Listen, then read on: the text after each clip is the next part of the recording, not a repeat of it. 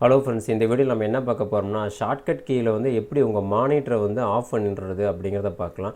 நம்ம யூஸ்வலாக வந்து நம்ம எப்படி வந்து மானிட்டரை வந்து ஆஃப் பண்ணோம்னா, நீங்கள் வந்து பிரேக் டைமில் போனோம்னா உங்கள் மானிட்டர் வந்து பட்டனை வந்து ஆஃப் பட்டன் வந்து ஆஃப் பண்ணிட்டு தான் போவீங்க. மறுபடியும் வந்து மானிட்டர் ஆன் பண்ணுறதுக்கு அந்த பட்டன் ஆன் பண்ணி தான் வந்து ஆன் பண்ணுவீங்க. பட் இந்த மெத்தடில் வந்து பார்த்திங்கன்னா இந்த சின்ன ட்ரிக்ஸில் நீங்கள் ஜஸ்ட்டு வந்து டபுள் கிளிக் பண்ணிங்கனாவே போதும், உங்கள் மானிட்டர் வந்து ஆட்டோமேட்டிக்காக ஆஃப் ஆயிரும். மறுபடியும் ஆன் ஆகிறதுக்கு உங்கள் மவுஸை ஜஸ்ட்டு ஒன் டைம் கிளிக் பண்ணிங்கன்னா போதும், அது ஆட்டோமேட்டிக்காக மானிட்டர் வந்து ஆன் ஆயிரும். இது வந்து ரொம்ப சிம்பிளான மெத்தட் தான். இதுக்கு வந்து என்ன டூல் வந்து நம்ம யூஸ் பண்ணுறோம்னா, இதுக்கு வந்து எந்த விதமான சாஃப்ட்வேரும் தேவையில்லை, பவர்ஷெல் கமாண்ட் இருந்தால் போதும். இந்த கமாண்ட் வந்து நான் டிஸ்கிரிப்ஷனில் கொடுக்குறேன். ஜஸ்ட்டு இது காப்பி பண்ணிக்கோங்க. காப்பி பண்ணிவிட்டு உங்கள் டெஸ்க்டாப்பில் உங்கள் மவுஸை வந்து ரைட் கிளிக் பண்ணுங்கள்.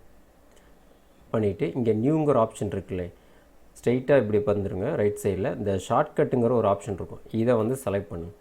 இப்போ நம்ம வந்து இந்த பவர்ஷெல் கமாண்ட் வந்து காப்பி பண்ணோம்ல, இதை வந்து இங்கே வந்து ரைட் கிளிக் பண்ணிட்டு பேஸ்ட்டு கொடுத்துரு, அவ்வளோதான்.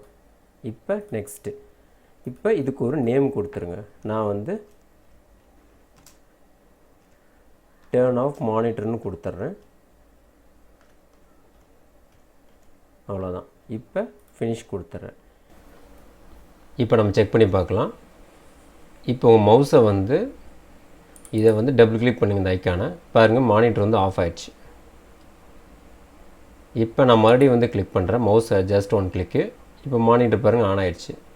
இப்போ நான் மறுபடியும் ஒன் டைம் வந்து கிளிக் பண்ணுறேன்,